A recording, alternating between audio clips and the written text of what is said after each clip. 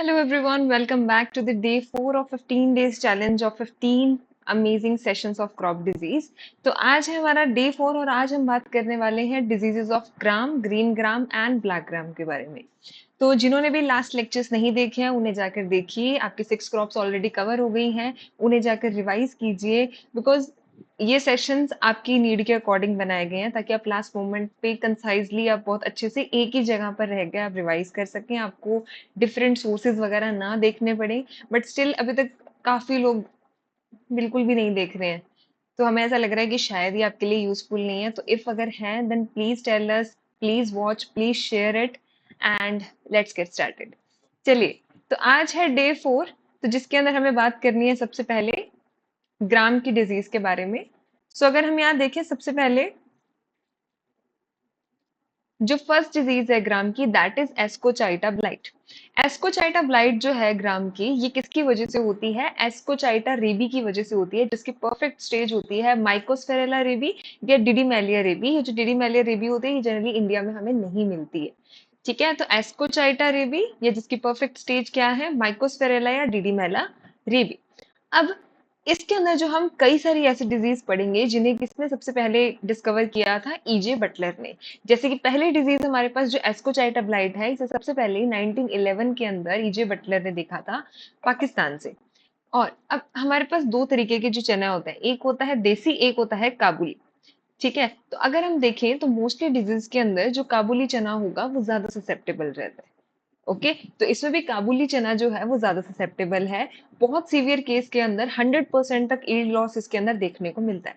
अब अगर हम बात करते हैं इसके अंदर कि इसके सिम्टम्स हमें किस तरीके से दिखते हैं, तो यहाँ पे आप पिक्चर में देख सकते हैं। तो इनिशियली क्या होता है, इसमें वाटर सॉफ्ट लीजन्स बनते हैं, लीफ पर भी, स्टेम पर भी, पॉड पर भी।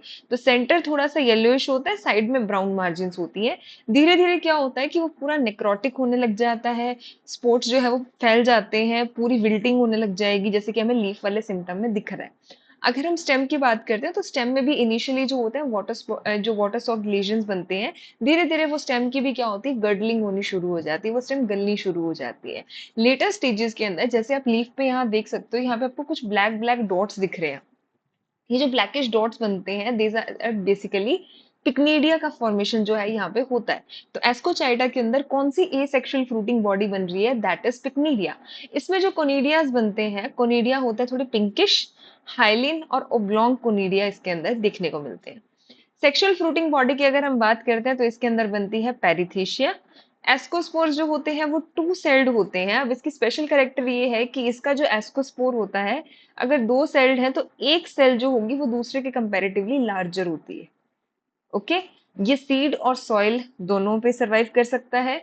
इंडिया में मेनली हमें ये डेब्रिस के ऊपर मिलता है, यानी सॉइल के अंदर रहता है।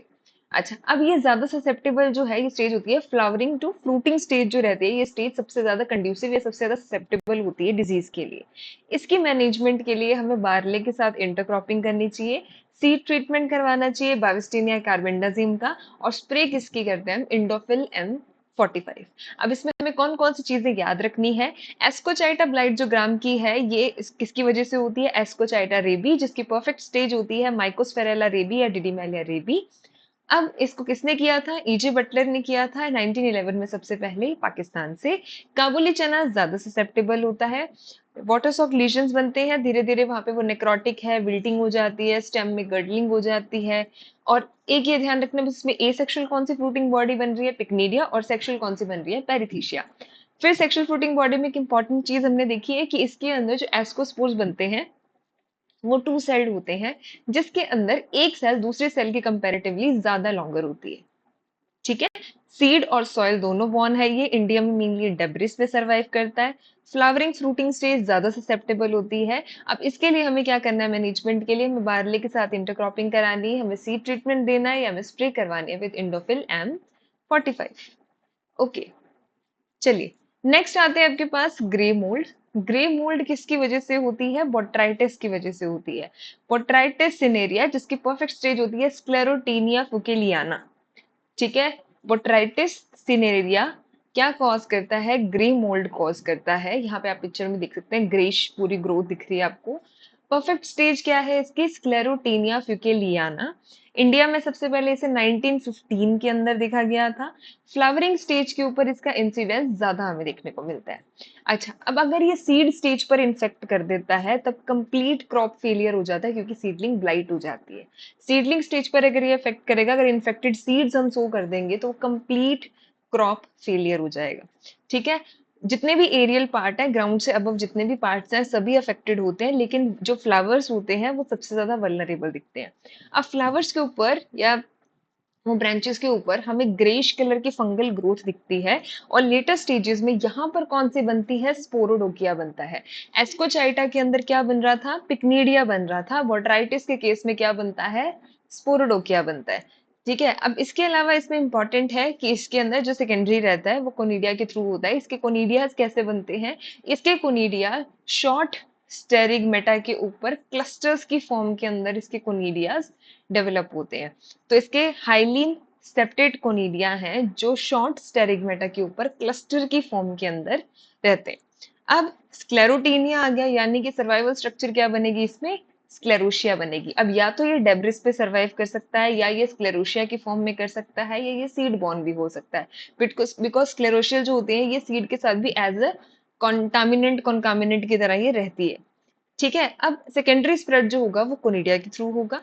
अगर हमें इसके अंदर इसका मैनेजमेंट करना है डिजीज का, तो मैनेजमेंट के लिए हमें क्या करना चाहिए कि डिजीज को एस्केप करने के लिए जो इसकी सोइंग करनी है वो हमें लास्ट फोर्टनाइट ऑफ नवंबर यानी 15 नवंबर के बाद हमें इसकी सोइंग करनी चाहिए। इसके अलावा हम इसके अंदर डायथेन M45 को स्प्रे करना चाहिए एट द रेट ऑफ 350 ग्राम पर एकड़ इन 100 लीटर ऑफ वाटर। अब इसमें इंपॉर्टेंट चीजें याद करने वाली क्या है ग्रे मोल्ड में? ग्रे मोल्ड में पहली चीज याद करने वाली है कि किसकी वजह से होती है, तो ये बोट्राइटिस की वजह से होती है। बोट्राइटिस की परफेक्ट स्टेज क्या होती है? स्क्लेरोटीनिया होती है। ठीक है, अब इसके बाद जो ग्रे मोल्ड आ रहा है वो कौन सी स्टेज के ऊपर सबसे ज्यादा इफेक्ट मतलब शो कर रहा है, जो सबसे ज्यादा ससेप्टेबल स्टेज कौन सी हुई? तो वो फ्लावरिंग टू फ्रूटिंग वाली स्टेज हो गई। ठीक है, अगर ये सीड के थ्रू आ गया, बिकॉज ये सीड में भी सर्वाइव कर सकता है, तो ये सीड के थ्रू आ गया तो कंप्लीट क्रॉप फेलियर हो जाएगा।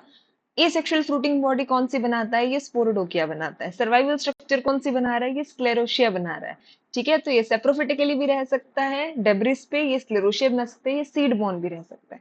सेकेंडरी स्प्रेड इसका कोनिडिया के थ्रू होता है। इसकी कोनिडिया की खास चीज क्या है? किसी कोनिडिया हाइलीन है, सेप्टेट है, लेकिन शॉर्ट स्टेरिगमेटा के ऊपर क्लस्टर्स की फॉर्म के अंदर अरेंज है।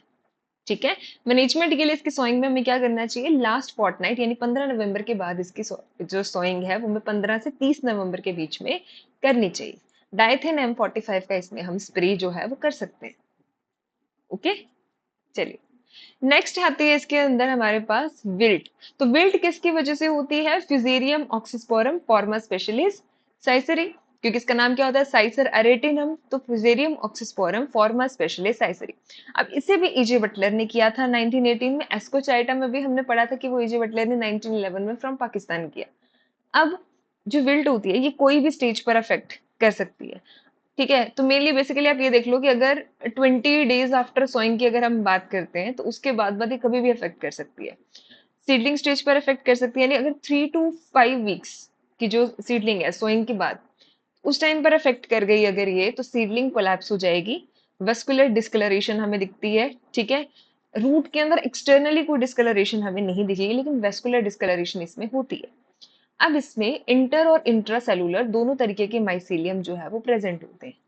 अब इसकी खास चीजें जो है वो क्या है कि सैंडी सॉइल्स के अंदर जब हम अर्ली सोइंग करते हैं तब अगर सॉइल एसिडिक होता है, तो सॉइल की क्या चीजें हैं? सैंडी और एसिडिक।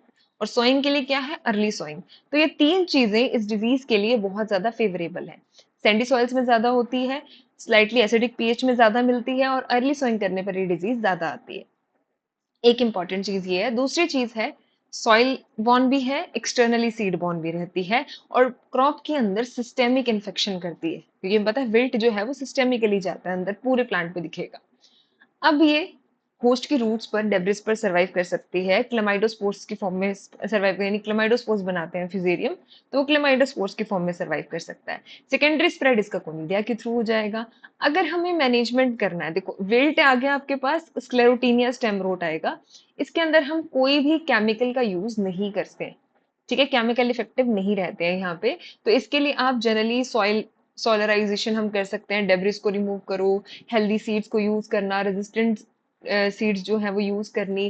ठीक है, तो ये सब चीजें कर सकते हैं, लेकिन विल्ट में स्क्लेरोटीनिया स्टेम रूट के अंदर इनके अंदर केमिकल्स का यूज नहीं करते हैं। ओके, तो इसके अंदर हम टॉलरेंट वेराइटीज लगा सकते हैं, जैसे कि PVG 8, PVG 7, काबुली L 552। तो ये काफी टॉलरेंट वेराइटीज रहती हैं। अब विल्ट के अंदर क्या क्या चीजें पढ़ी हमने? विल्ट के अंदर हमने पढ़ा फिजेरियम ऑक्सीस्पोरम फॉर्मा स्पेशलिस्ट सिसराई इसको करता है। EJ बटलर ने 1918 के अंदर इसको सबसे पहले डिस्कवर किया था। क्रॉप की किसी भी स्टेज पर ये इन्फेक्ट कर सकता है। सीडलिंग पे अगर ये इन्फेक्ट किया तो सीडलिंग कंप्लीटली कोलैप्स हो जाएगी, सीडलिंग कंप्लीटली विल्ट हो जाएगी। वेस्कुलर हमें डिस्कलरेशन दिखता है। एक्सटर्नल इसके और सिम्टम क्या होते हैं कि एक्सटर्नल हमें रूट पे इतना डिस्कलरेशन नहीं दिखता है। माइसीलियम कैसा होता है? इंटर और इंट्रासेलुलर होता है। फिजेरियम में हमें पता है माइक्रो माइक्रोकोनिडियाज बनते हैं और क्लेमाइडोस्पोर बनते हैं। तो क्लेमाइडोस्पोर के फॉर्म में ये सर्वाइव कर सकता है सॉइल में, और कोनिडिया के थ्रू इसका सेकेंडरी स्प्रेड होता है। सैंडी सॉइल में, एसिडिक सॉइल में, ये स्लाइटली एसिडिक में हमें ये डिजीज ज्यादा मिलती है। अगर हम अर्ली सॉइंग करेंगे तो ये डिजीज ज्यादा होगी। सॉइल बॉर्न भी है, एक्सटर्नली सीड बॉर्न भी है। किस तरीके का इन्फेक्शन होता है? सिस्टेमिक इन्फेक्शन होता है, थ्रू आउट द प्लांट ये इन्फेक्शन दिखता है। ठीक है, इसमें और स्क्लेरोटीनिया स्टेम रॉट के अंदर हमें केमिकल यूज नहीं करने हैं। इसमें हम दूसरी कल्चरल प्रैक्टिसेस या रेजिस्टेंट वेराइटीज इनका हम यूज करेंगे। तो सॉइल सोलराइजेशन है, tolerant varieties like PVG 7, PVG 8, काबुली L 552, इनका हम यूज करते हैं। इसके अलावा डेब्रिस रिमूव करना, हेल्दी सीड्स यूज करना, सीड ट्रीटमेंट करना, ये सब चीजें हम इसके अंदर यूज करेंगे। ओके, चलिए नेक्स्ट आ जाते हैं हमारे पास स्क्लेरोटीनिया स्टेम रोट, या जिसे हम व्हाइट मोल्ड भी बोलते हैं।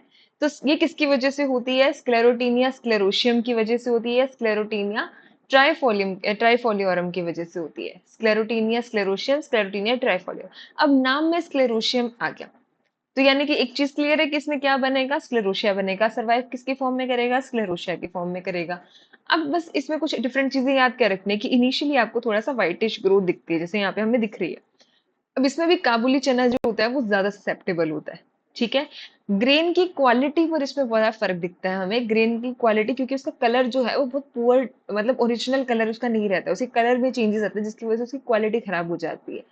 ठीक है, इनिशियली जो हमें सिम्टम दिखते हैं इसके, वो सॉइल लाइन के पास इन्फेक्ट, जो स्टेम को इन्फेक्ट करेगी वो सॉइल लाइन के पास। जैसे यहाँ देखो, यहाँ पे ये सॉइल यहाँ तक रूट रहेगी, तो ये सॉइल लाइन के पास वाले स्टेम पे यहाँ पर मेजरली इनिशियली हमें सिम्टम्स जो है वो दिखते हैं। तो वहां पे पूरा ऐसे इस तरीके से हमें व्हाइटिश माइसीलियम दिखेगा। लेटर स्टेजेस में यहाँ पर वो स्क्लेरोशिया बनने लग जाएगा। अब ये स्क्लेरोशिया दो तरीके की जर्मिनेशन होती है, कार्पोजेनिक और माइसिलोजेनिक जर्मिनेशन वो करता है। अच्छा, अब इसमें दो तरीके रहते हैं कि जो टैन कलर के स्क्लेरोशियाज बनते हैं वो ज्यादा पैथोजेनिक होते हैं as compared to the black colonies. Okay, इसकी मैनेजमेंट के लिए हमें जो क्रॉप की सोइंग करनी है वो हमें 25 अक्टूबर से लेकर 10 नवंबर के बीच बीच में करनी है, ताकि डिजीज को एस्केप किया जा सके। इसमें भी कोई केमिकल यूज नहीं होता है, इसमें हमें क्रॉप रोटेशन को करना चाहिए। ठीक है, स्क्लेरोटीनिया स्टेम रोट या व्हाइट मोल्ड में क्या इंपॉर्टेंट चीजें हैं, किसकी वजह से होती है? स्क्लेरोटीनिया स्क्लेरोशियोरम, स्क्लेरोटीनिया ट्राइफोलियोरम। काबुली चना ज्यादा ससेप्टेबल होता है, ग्रेन की क्वालिटी पे इफेक्ट पड़ता है। सॉइल लाइन के पास वाले स्टेम पे हमें मेजरली इसका इन्फेक्शन दिखता है। वाटर सॉफ्ट लीजन बनते हैं, नेक्रोसिस हो जाती है, जो इसकी स्टेम है वो गल जाती है, गर्डलिंग हो जाती है। व्हाइट मोल्ड बोला क्योंकि वहां पे व्हाइट माइसीलियम बनता है स्लोली, वहां पे बाद में हमें स्क्लेरोशिया दिखता है। टैन कलर का स्क्लेरोशिया जो होते हैं वो ज्यादा पैथोजेनिक होते हैं as compared to the black colonies. Survive कैसे कर सकता है? सीड में या सॉइल के अंदर स्क्लेरोशिया के फॉर्म में सर्वाइव कर सकता है। अगर करना है मैनेजमेंट, तो हमें इसकी सोइंग कब करनी है? 25 अक्टूबर से 10 नवंबर के बीच में इसकी सोइंग करनी है, ताकि डिजीज को एस्केप किया जा सके। अभी हमने पढ़ा कि विल्ट में और स्क्लेरोटीनिया स्टेम रोट के अंदर हमें केमिकल का यूज नहीं करना है, हमें क्रॉप रोटेशन या दूसरी हेल्दी सीड्स वगैरह के मेजर्स जो हमें लेने हैं इसमें। ठीक है, चलिए अब आ जाती हैं आपके पास इसके अंदर diseases of moong bean and urad bean. Diseases of moong been,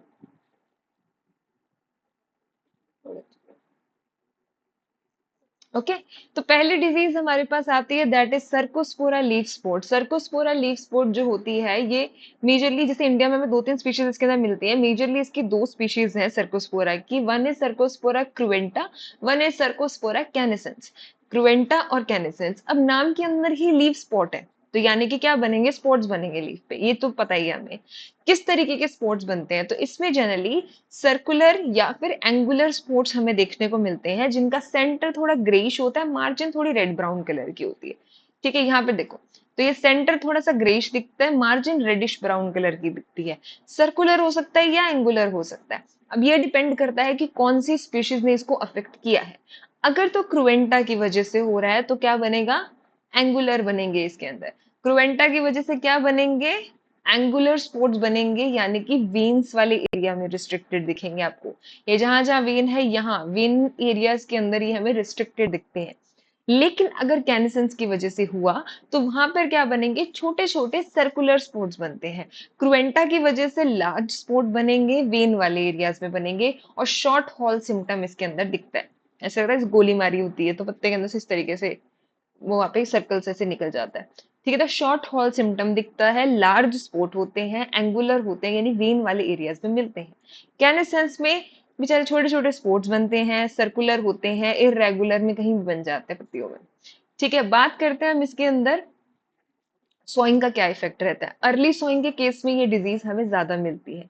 इसके कोनिडिया जनरली सर्कोस्पोरा कैसे होते हैं, फिली फॉर्म, यानी कि थ्रेड लाइक कोनिडियाज होते हैं इसके अंदर, सेप्टेट होते हैं, मैनी सेल्ड होते हैं ये। ठीक है, सीड बॉर्न भी होता है, सॉइल बॉर्न भी होता है। सेकेंडरी स्प्रेड इसका कोनिडिया की वजह से होता है।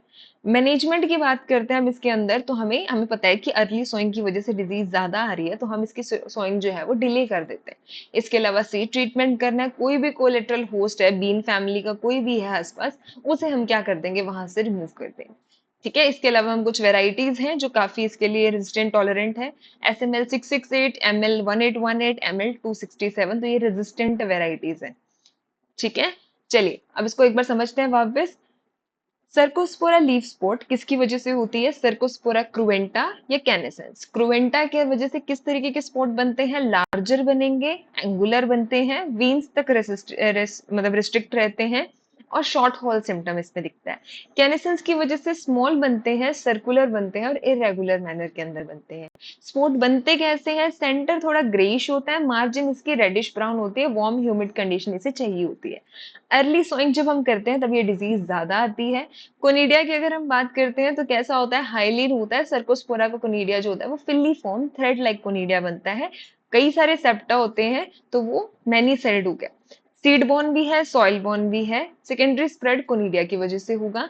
मैनेजमेंट की अगर हम बात करते हैं तो हमें सोइंग डिले कर देनी चाहिए, सीड ट्रीटमेंट करना चाहिए, कोलेटरल होस्ट को रिमूव कर देने चाहिए, और रेजिस्टेंट वैरायटी जैसे कि SML 668, ML 1818 और ML 267 जैसी रेजिस्टेंट वैरायटीज का यूज करना चाहिए। चलिए, नेक्स्ट डिजीज है। अच्छा, एक चीज मैं बता दूं आपको कि जिन्होंने पिछली वीडियोस नहीं देखी है, जिन्हें नहीं पता, तो आप ये जितनी भी PDF फॉर्मेट के अंदर आप ये सारा कंटेंट जो है प्रेजेंटेशन का, ये आप ले सकते हैं। आपको बस क्या करना है, डिस्क्रिप्शन में जो गूगल लिंक आपको दिया हुआ है उसे फिल कर दीजिए। जिन्होंने ऑलरेडी फिल कर दिया है उन्हें ये PDF आपका Day 4 का भी उसके अंदर एड ऑन हो जाएगा। ओके, चलिए, नेक्स्ट डिजीज आती है हमारे पास एंथ्रेक्नोज की। एंथ्रेक्नोज हमें पता है किसकी वजह से होता है, कोलेटोट्राइकम की वजह से होता है।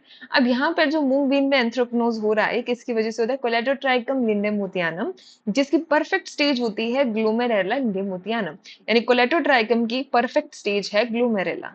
अब हमें पता है कि मोस्टली जो बीन फैमिली के होते हैं ना, ये कॉमन होते हैं पैथोजन, जैसे उड़द बीन, मूंग बीन, हॉर्स ग्राम, तो इनके अंदर क्या रहता है, ये पैथोजन सभी एक सिंगल फैमिली के मेंबर्स को ये अफेक्ट कर सकता है। तो ये cowpea, horse gram, common bean, इन अदर पल्सेस के अंदर भी अफेक्ट करता है।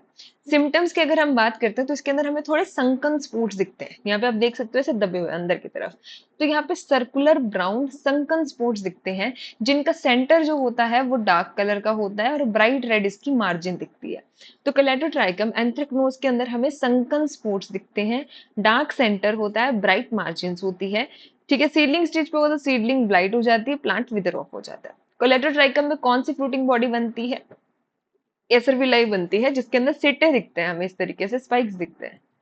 ठीक है, तो इन्हें सिटे बोला जाता है।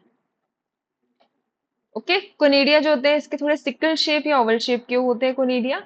इसका सर्वाइवल जो रहता है डिजीज साइकिल, इसकी हम देखें तो इन्फेक्टेड सीड की फॉर्म में या फिर रेजिड्यू की फॉर्म में करता है। सेकेंडरी स्प्रेड कोनिडिया के थ्रू होता है। मैनेजमेंट के अंदर हम सीड ट्रीटमेंट करवा सकते हैं, हम हॉट वाटर ट्रीटमेंट दे सकते हैं, क्योंकि सीड से हो रही है तो हम उसको ट्रीट कर सकते हैं like 58 degree Celsius for 15 minutes के लिए। इसके अलावा हम जिनेब का स्प्रे जो है वो इसमें कर सकते हैं। तो इसमें बेसिकली बहुत ज्यादा कुछ याद रखने वाला नहीं है, सिर्फ इसका पैथोजन ध्यान रखना, इसकी परफेक्ट स्टेज ध्यान रखना, एसिड विलाई बन रही है, संकन स्पोर्ट्स बन रहे हैं। ठीक है, चलिए नेक्स्ट आती है bacterial leaf spot. Bacterial leaf spot के अंदर किसकी वजह से होती है ये? Xanthomonas exonopodis पैथोवर विग्ना रेडिएटी। Xanthomonas exonopodis पैथोवर विग्ना रेडिएटी, ये हमें समर क्रॉप के कंपैरेटिवली मॉनसून वाली क्रॉप के अंदर ज्यादा दिखती है बैक्टीरियल डिजीज, क्योंकि बैक्टीरिया को एक फिल्म ऑफ वाटर चाहिए होती है। ठीक है, वहां पर ज्यादा मिलती है। थोड़े रेज्ड से स्पॉट्स जो है यहाँ पर दिखते हैं, इरेगुलर से बनते हैं वो। ठीक है, एक टाइम के बाद लीव्स जो है वो कम्प्लीटली येलो होकर और वहां से pre maturely he fall of हो जाती हैं। ज़ैंथोमोनास के बारे में पता है कि इसके पास सिंगल पोलर फ्लैजिला होता है, येलो कलर की कॉलोनी होती है, रॉड शेप्ड बैक्टीरिया है, ग्राम नेगेटिव बैक्टीरिया है। ठीक है, सीड बॉर्न भी होता है। एंटर किसके थ्रू करता है? स्टोमेटा के थ्रू करता है ये। इंटरसेलुलरली अंदर जाता है, वेस्कुलर बंडल तक रीच कर जाता है। सेकेंडरी स्प्रेड हमें पता है, ओस के थ्रू, विंड के थ्रू, रेन के थ्रू इनका स्प्रेड हो जाता है। ठीक है, अच्छा अब ये जो है मॉनसून यानी कि उस पीरियड में टेम्परेचर जो है इसको ज्यादा फेवर करता है, इसको थोड़ा हाई टेम्परेचर कंडीशन चाहिए होती है। ठीक है, तो बैक्टीरियल लीफ स्पॉट में इंपॉर्टेंट चीजें क्या है, किसकी वजह से हो रही है? ज़ैंथोमोनास एक्सोनोपोडिस पैथोवर विग्ना रेडिएटी या ज़ैंथोमोनास फेजियोली। समर क्रॉप के कंपैरेटिवली मॉनसून के अंदर जहाँ पे ह्यूमिडिटी ज्यादा है, टेम्परेचर ज्यादा है, वहां पर ये डिजीज ज्यादा आएगी। रेज्ड स्पॉट्स बनते हैं, इरेगुलर होते हैं, तो लीव्स येलो हो जाएंगी, प्रीमेचुरली फॉल ऑफ हो जाती हैं। Gram negative bacteria rod shaped है, सिकल पॉलर फ्लैजिला है, सीड बोन है, स्टोमेटा के थ्रू ये एंटर करता है, इंटरसेलुलरली मूव करता करता वेस्कुलर बंडल्स तक पहुंच जाता है। Secondary spread wind rain splash के थ्रू होगा। टेम्परेचर थोड़ा ज्यादा चाहिए, उसे ध्यान रखना, 30 डिग्री प्लस टेम्परेचर चाहिए। ओके, नेक्स्ट आते हैं मूंग बीन येलो मोजेक वायरस। तो यहाँ पे सबको पता है, ये वाली डिजीज तो सबको क्लियर होती है कि इसमें यही मेन चीज है कि वायरस कॉजिंग है। कौन करता है इसे? बिगोमो वायरस बिलोंग करती है। बेमीसिया टेबेसाई यानी कि व्हाइट फ्लाई जो है ये इसे ट्रांसमिट करती है। ठीक है, अब इसके अंदर इफेक्ट क्या पड़ता है कि या तो फ्लावर्स कम होंगे, ठीक है, फ्लावर्स का नंबर कम हो जाता है। दूसरी चीज सीड्स का जो साइज है वो कम हो जाता है, तो अंडर साइज्ड सीड्स मिलते हैं इसके अंदर। अब इस मोजेक के अंदर हमें पता है कि मोजेक सिम्टम तो आपको दिखेगा। मोजेक मीन्स कि ग्रीन येलो पैचेस दिखते हैं। एक टाइम के बाद नाम में येलो मोजेक आ गया, तो इस एक टाइम के बाद पत्तियां जो होंगी, अब यहाँ पे देखो, यहाँ पे आपको ग्रीन और येलोइश कम दिख रहा है। धीरे धीरे इस तरीके का होने लग जाए कि जहाँ पे येलो कंप्लीटली येलो लीफ होने लग जाएगी। पकरिंग के सिम्टम दिखते हैं हमें, मॉटलिंग दिखती है, और पत्तियां जो है वो धीरे धीरे सूखनी शुरू हो जाती हैं और गिर जाती हैं। ठीक है, इसके लिए हमें बस क्या करना है मेजरली कि आपको रेजिस्टेंट वेराइटीज लगानी है, जैसे कि SML 1827, मार्च 37, मार्च 1008, और जो इसकी मूंग ML 1808 है, ये हाईली रेजिस्टेंट वेराइटी है। कौन सी? Moong ML 1808 is a highly resistant variety for moong bean yellow mosaic. ठीक है, अब जब भी हम वायरल डिजीज की बात करते हैं तब उसके अंदर इंपॉर्टेंट चीज होती है कि हम वेक्टर को कंट्रोल करना जरूरी होता है। तो वेक्टर को कंट्रोल करने के लिए इसमें मेलाथियन का स्प्रे किया जाता है। तो इसके अंदर मेजरली क्या ध्यान रखना है? पहली चीज वायरस की वजह से है, ठीक है। दूसरी चीज किसकी वजह से ट्रांसमिट हो रही है? व्हाइट फ्लाई की वजह से हो रही है। ओके, सिम्टम क्या क्या आ रहे हैं? मोजेक पैटर्न दिख रहा है, पकरिंग दिख रही है, मोटलिंग दिख रही है। अफेक्ट क्या पड़ रहा है? अफेक्ट हो रहा है कि फ्लावर का नंबर रिड्यूस हो रहा है, सीड का साइज रिड्यूस हो रहा है। नेक्स्ट चीज कर क्या सकते हैं हम इसमें? वेक्टर को कंट्रोल करने के लिए मेलाथियन का स्प्रे करवा सकते हैं। और इसके अलावा रेजिस्टेंट वेराइटी, जिसमें हमने हाईली रेजिस्टेंट वेराइटी कौन सी पढ़ी है? मूंग ML 1808। ठीक है, ओके। अगर आपको प्लांट साइंस से रिलेटेड या PhD से रिलेटेड आपको अगर मॉक टेस्ट चाहिए, तो जो आपकी प्लांट साइंस है, JRF के लिए जो मॉक टेस्ट है, ये आप बहुत रीजनेबल रेट पे फुल सिलेबस और topic wise mock test available हैं। आप एग्रीडिप की साइट पे विजिट कर सकते हैं, और आपको बहुत रीजनेबल प्राइस के अंदर आपको मिल रहा है। आपको बस मॉक बूस्ट जो कूपन कोड है वो लगाना है, आपको सभी मॉक टेस्ट जस्ट फॉर ₹499 आपको अवेलेबल हो जाएंगे। तो जाइए और प्रैक्टिस कीजिए। एंड ओके, नेक्स्ट हमारे पास डिजीज है, that is web blight of moong been.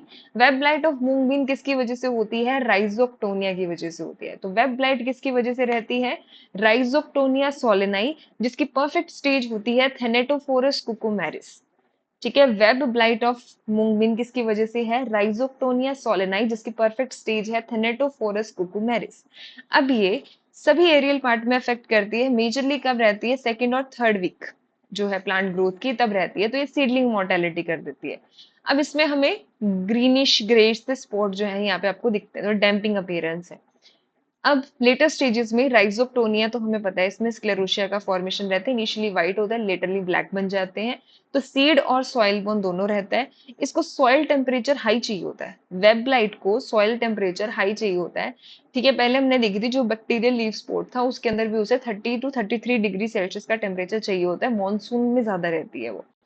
अगर हमें मैनेजमेंट करना है तो हमें क्रॉप की सोइंग डिले करनी होती है। नीम केक का यूज कर सकते हैं, ट्राइकोडर्मा बेस्ड फॉर्मुलेशन यूज कर सकते हैं, बाविस्टिन से सीड ट्रीट भी करवा सकते हैं, और बाविस्टिन या कार्बेंडाजिम का हम स्प्रे भी कर सकते हैं।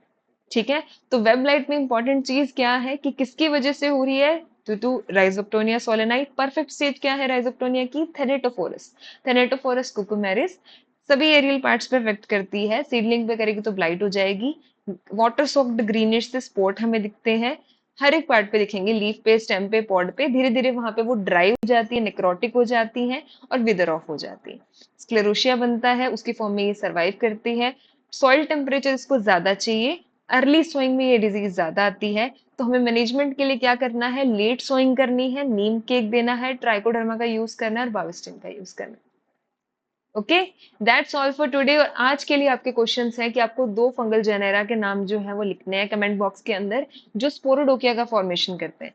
ठीक है, और सेकंड आपको बताना है कि cercospora leaf spot of moong bean किसकी वजह से होती है। Okay, so I hope you like this video and see you in the day 5 of these amazing sessions. Till then, ये सारे चारों लेक्चर्स जो हैं ये अच्छे से आप रिवाइज करके आइए। ये सारी जितने भी हमने 8-9 क्रॉप्स कवर की हैं इनको अच्छे से रिवाइज कीजिए, बिकॉज ये सारी मेजर क्रॉप्स हैं। And all the very best. Stay tuned with us for more such amazing sessions. Thank you so much.